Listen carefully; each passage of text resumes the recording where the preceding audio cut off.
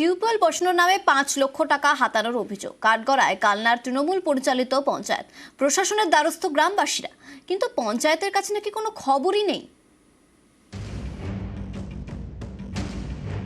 গ্রামে টিউবওয়েল না বসিয়ে লক্ষ লক্ষ টাকা আত্মসাৎ করার অভিযোগ উঠল তৃণমূল পরিচালিত পঞ্চায়েতের বিরুদ্ধে।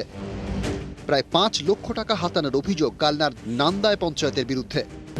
টেন্ডার ৩ জনের নামে বিল হয়েছে, অথচ এক্সিকিউটিভ অফিসারকে আমরা জানিয়েছিলাম, ওই এক্সিকিউটিভ অফিসার কোনো স্টেপ নেয়নি। কল তুলে নতুন কল বসানো? না, নতুন কল বসানো হয়নি। নান্দায় পঞ্চায়েত এলাকার ৬টি জায়গায় পুরনো টিউবওয়েল সরিয়ে নতুন বসানোর কথা ছিল। টেন্ডারও বেরোয়। দেখা যায় ঠিকাদার সংস্থাকে ৪,৬৭,৩৭৮ টাকা দিয়েছে পঞ্চায়েত। কিন্তু অভিযোগ, নতুন টিউবওয়েল বসানো তো দূরস্থ, পুরনোগুলির মেরামত পর্যন্ত করা হয়নি। গ্রামবাসীদের দাবি, এভাবেই কারসাজি করে পকেটে ঢুকেছে প্রায় ৫ লক্ষ টাকা। আমাদের পাশে স্কুল থেকে আমরা জল নিয়ে, এবার একটা স্কুল থেকে যদি জল নেওয়া হয় তাহলে সরকারের লোক চাপ দেবে না আমাদের?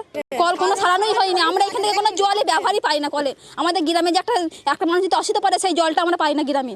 পঞ্চায়েতের বিরুদ্ধে বিডিও এবং মহকুমা শাসকের কাছে লিখিত অভিযোগ জানান স্থানীয়রা। যারা অভিযোগ করেছেন এবং যাদের বিরুদ্ধে অভিযোগ হয়েছেন সবার সাথে আজকে কথা বলবেন এবং সংশ্লিষ্ট যে ফিল্ড সাইট সেটাও আজকে ঘুরে দেখবেন এবং তিনি আশা করছি নেক্সট ওয়ার্কিং ডেতে আমরা তার রিপোর্টটা পেয়ে যাব। আর যেই পঞ্চায়েতের বিরুদ্ধে অভিযোগ, তাঁদের কাছে নাকি এমন কোনো খবরই নেই।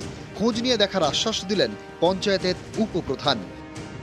আমরা তো ওটা তো জানি না, আমরা জানি যে হয়েছে, ঠিক আছে, আমরা অফিসে গিয়ে স্টাফদের সাথে সব আলোচনা করে দেখি, তদন্ত করে আমরা দেখি কি জিনিসটা কি হয়েছে।